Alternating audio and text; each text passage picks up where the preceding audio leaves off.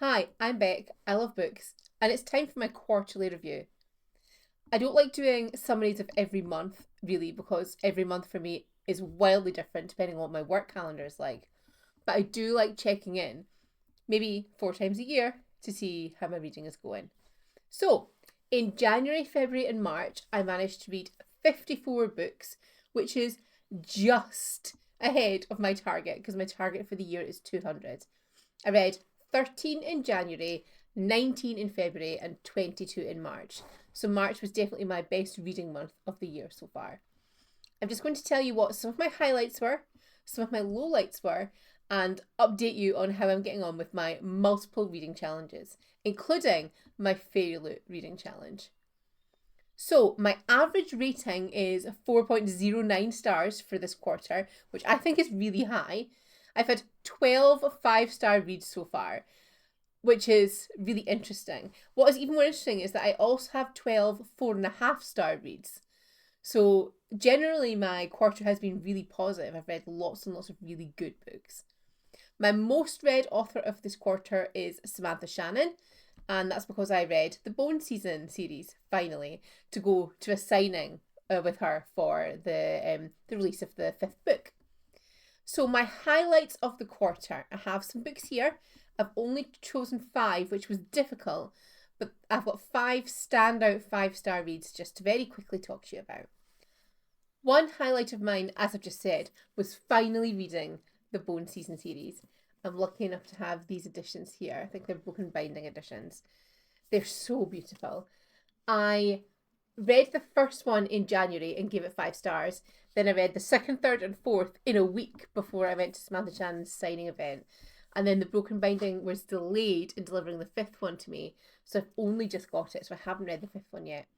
All 4 of these were 5-star reads for me. I regret not reading it sooner. I thought it was really sci-fi-y, and I'm not a fan of sci-fi, but it isn't. I don't know why I thought it was. It absolutely isn't. And so these are definitely in my sort of highlights of the month. Another highlight of the month, a really unexpected 5-star read for me, is Kirsty Logan's short story collection, No. I've got it here. Now, if you don't know who Kirsty Logan is, she's a Scottish writer. She writes about queer feminism a lot. And essentially, these are queer, fiercely feminist stories. They're kind of weird, sort of terror, horror, supernaturally elements in them. And it is the best collection of short stories I think I have ever read. I tabbed it so many times.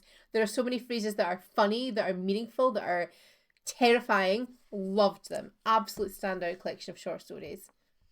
I also loved They Bloom at Night, which is a sort of young adult queer, again, horror book with elements of nature taking over and Vietnamese influence. It's really, really atmospheric. I was lucky enough to read that on NetGalley, so I don't have a physical copy yet. But if I do see one, I'll definitely pick it up.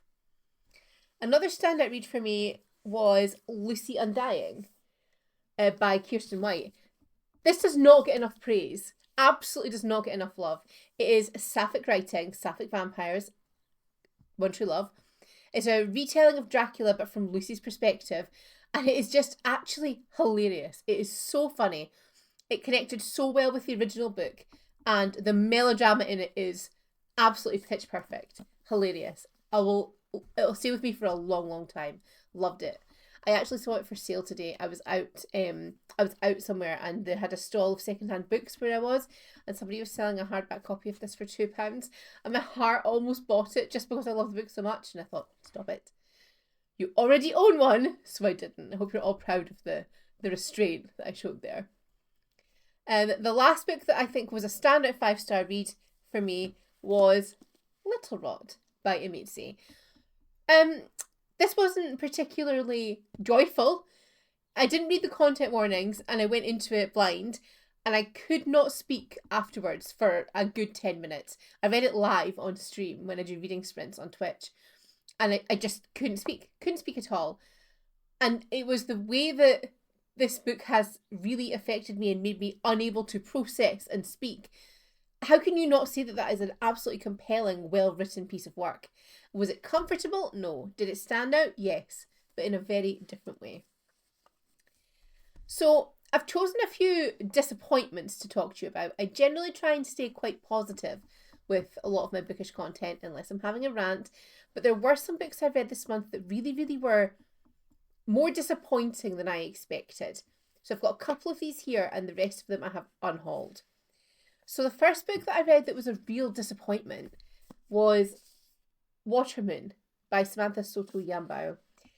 I found it was all style, no substance, and the actual content read to me very sort of like understated political propaganda. I had the relationship in this, there was no tension. I have never been more bored at the mention of a breast. And then there was just a really, really rushed ending. Nothing about this book really worked for me, which is such a shame because it is so beautiful. This is going to be one that I'm going to be selling on Vinted because there's no point in holding on to it. I will never reach for it again. It is a shame that I didn't mesh with this very well, but not everything is for everybody. And if you loved it, I'm really happy that you loved it. And if you want an Illumicrate copy, there might be one on Vinted for you. The next book that I read that I was really quite disappointed in this sort of quarter was The City and Its Uncertain Walls by Murakami. This could have been a short story. This book really could have been a short story. It was really chunky. It took me 2.5 weeks to read it. I did it in a big buddy read. And every single person in the big buddy read felt exactly the same. It could have been a short story. I believe it was a short story and Murakami sort of agreed or decided to publish it. It read like it hadn't been edited. It read like no matter what Murakami has written, it is perfection and we'll just publish it no matter what. And it really needed to be edited. I was very, very disappointed in that because I was looking forward to it. Another controversial book that I was disappointed in was This Is How You Lose the Time War. Now, I've tried to read this book 3 times.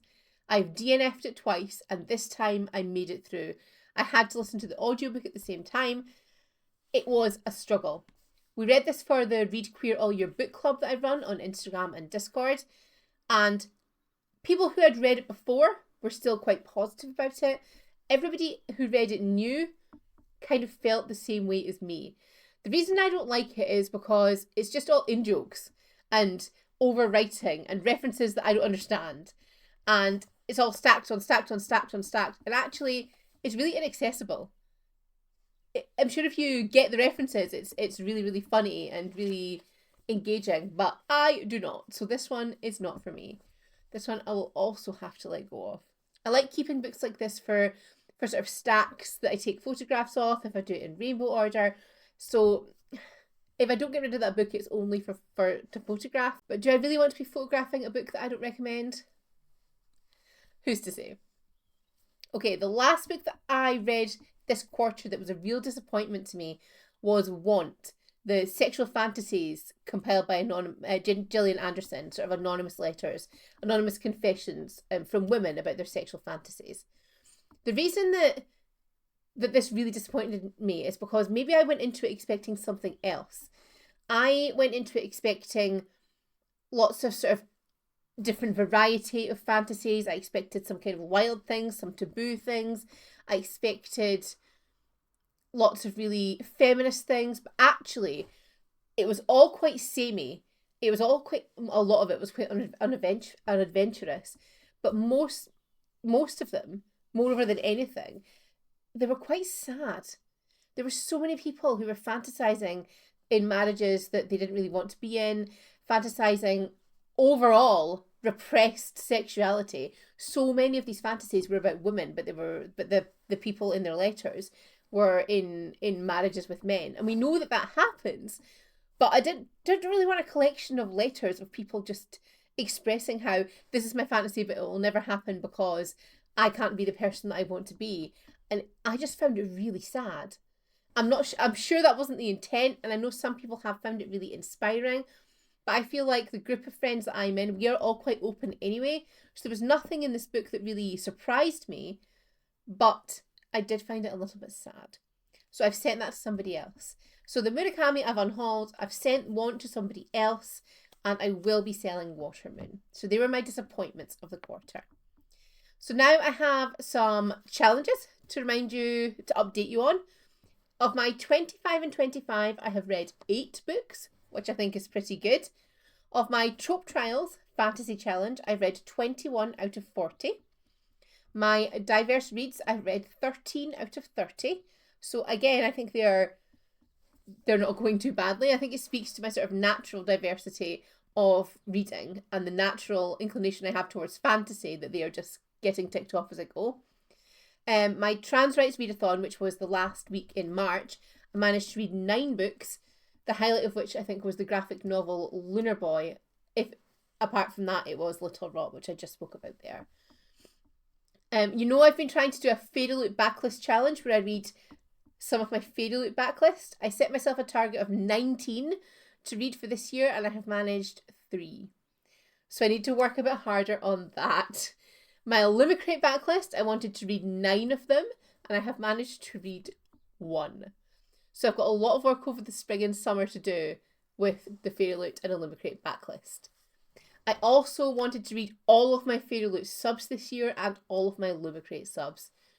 Out of the 9 Fairy Loot books I've got so far this year, I've read 4 of them, which is okay, but it could be better.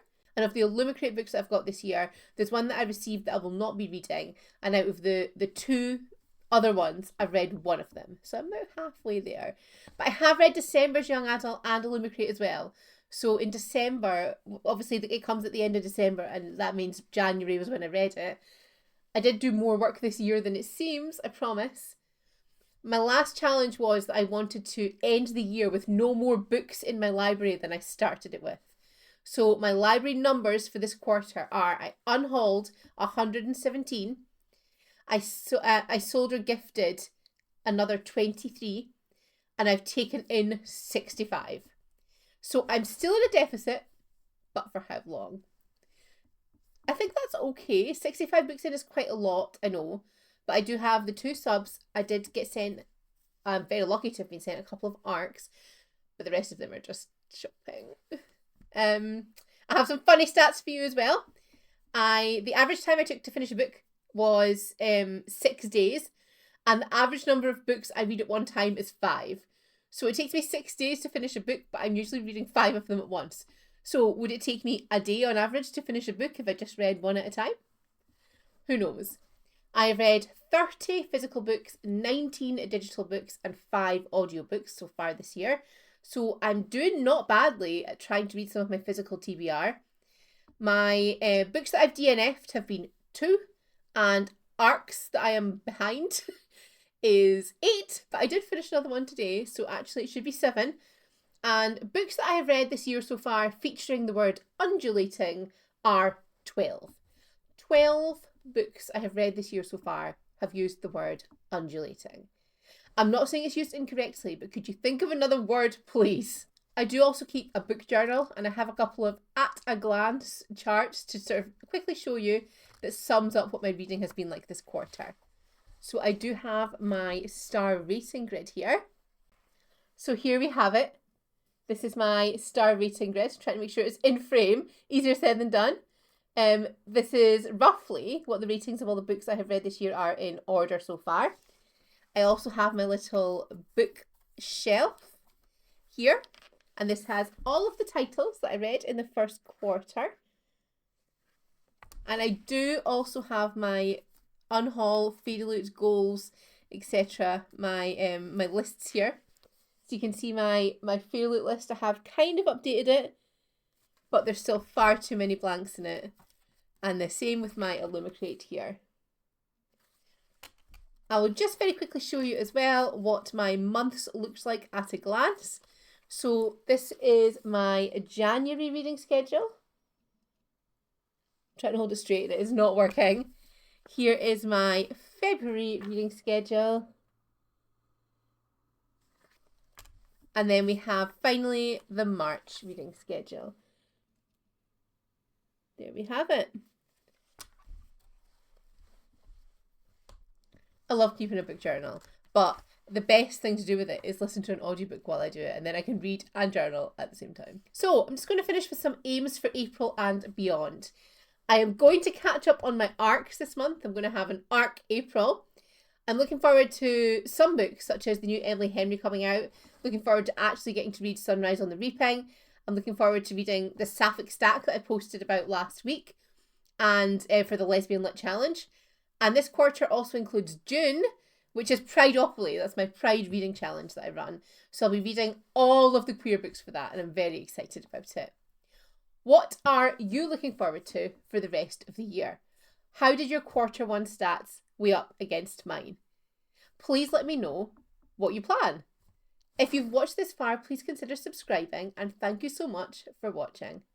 I'll see you next week. Bye! But do I really want to be photographing a book that I don't recommend? It's a bit of a